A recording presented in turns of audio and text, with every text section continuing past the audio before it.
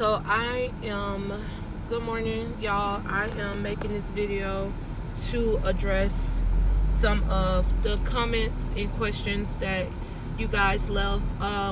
Mind you, I'm overwhelmed by just the support and the love and the sharing and the reposting of my story, because the objective, let me start by saying that the objective of posting these videos was to not only expose the corruption that is going on within the Miami Police Department, because we all know that, especially with police officers, a lot of them will lie or hide stuff until like the public is demanding, like, a lot of them will like dismiss your case or bury your case or let your case sit open and idle until it's a public outcry or until they're being exposed and until like they're in the news. So that was the whole objective of posting my story and sharing it, was to bring light to what the Miami Police Department is doing, and not only that, to find other women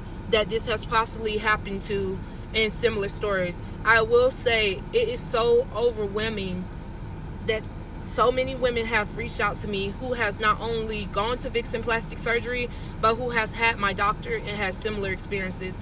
It was a woman, I'm not going to say her name. I do want to get permission to go into detail about their stories. It basically share their stories before just doing so. So I'll just give y'all like a quick synopsis, a quick little tidbit on what happened. But I will say, as two accounts, it's so many women reached out to me, first of all, but two that stood out the most. This one woman went in for a tummy tuck and woke up with rectum pain, excruciating pain in her rectum, like her anal was hurting. She woke up bleeding from her butt, in pain from her butt. And she had my same doctor, same plastic surgeon office. This other woman, she woke up, similar experience, excruciating pain downstairs. She convinced herself that it was just pain from the surgery, even though she only got liposuction like me, and she just convinced herself not to, like, go to the hospital, follow up on it. She went back to work, thought nothing of it. Like days later, she started having and this is recent, I think she just recently went, and days later she started having excruciating pain in one side of her body. She said that due to me speaking out, she is going to go get tested and have like STD testing and stuff done on her, which I commend, and I'm praying for you during that whole situation, because it's not fun to be poked and prodded like a guinea pig and just have to keep re-explaining the situation to people. But she explained that she reached out to him and was like, hey, I'm having these issues, and he told her that he's not going to help her. She has proof of this, messages. He's not going to, he basically dismissed her medical issues and the medical problems stemming from the surgery, unless she sent him fully nude pictures. She asked him, why do I need to send you fully nude pictures? The same that he was requesting from me, to send him pictures of myself fully exposed, which I refuse to do, especially after getting the results from a positive rape kit. I'm not sending you anything. But she asked him, why do I need to send you fully nude pictures when I'm literally telling you it's just this specific area on my body that's hurting? And he basically was just like, well, I'm not going to talk to you or help you unless you send me fully nude pictures. She has these messages. I don't understand why so many ignorant women are getting in the comments saying, oh, I know him. You don't.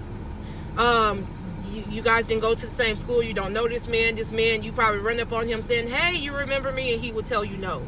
I don't know why so many women are in the comments trying to debunk it as if this is something so far-fetched, when it's women in hospitals who are in comas who wake up pregnant, or it's women who are in hospitals who are in comas and then they do blood work and stuff on them while they're on life support and find out they are pregnant. That it's mentally disabled and physically disabled elderly women in nursing homes, and CNAs have reported that these women are pregnant because the male caregivers have sexually assaulted them. This is not something far-fetched.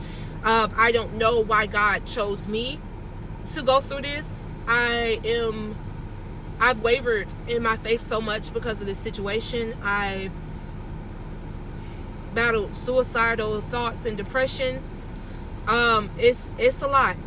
It's a lot. It really took a lot for me to get on this platform and share my experience. So it's just really hurtful to see that I decided to be vulnerable and put this out of there in an attempt to get justice, not only for me, but the women who came before me, and hopefully put a stop to the women who may come after me, and to see so much hate and so much negative comments and so much ignorance. But I'm not going to let that take away from everybody who have supported me and have said positive things and have sent their support. I'm just going to try my best to ignore it, but it is deterring me from wanting to further share my story.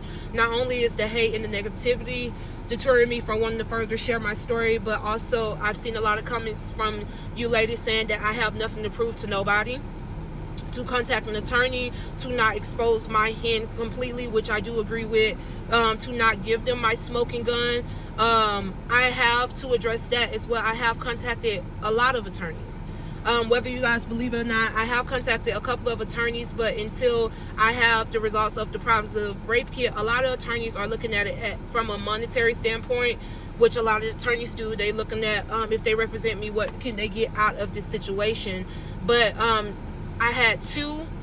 Some of them don't follow up with me because I guess it's just like hard to believe even. But I had two that asked me to get a copy of the rape kit before they could officially represent me, which I felt like was stupid, because me requesting a rape kit, they're going to block me and they're going to keep gatekeeping as they've been doing.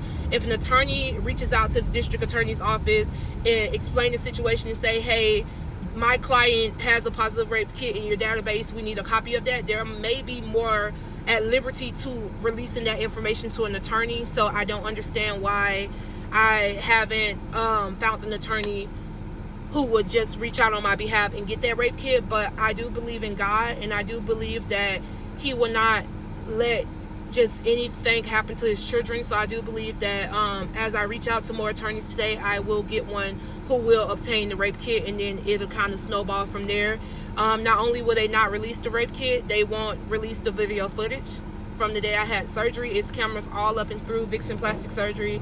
Vixen Plastic Surgery released, like they know that the Miami Police Department has notified them that they are being investigated for sexual battery. If he did not do it, if I was a plastic surgeon and I was made privy to the information that one of my clients felt as if I sexually assaulted them and I had nothing to hide, the first thing I would do to clear my name was release the video footage. He refuses to release the video footage.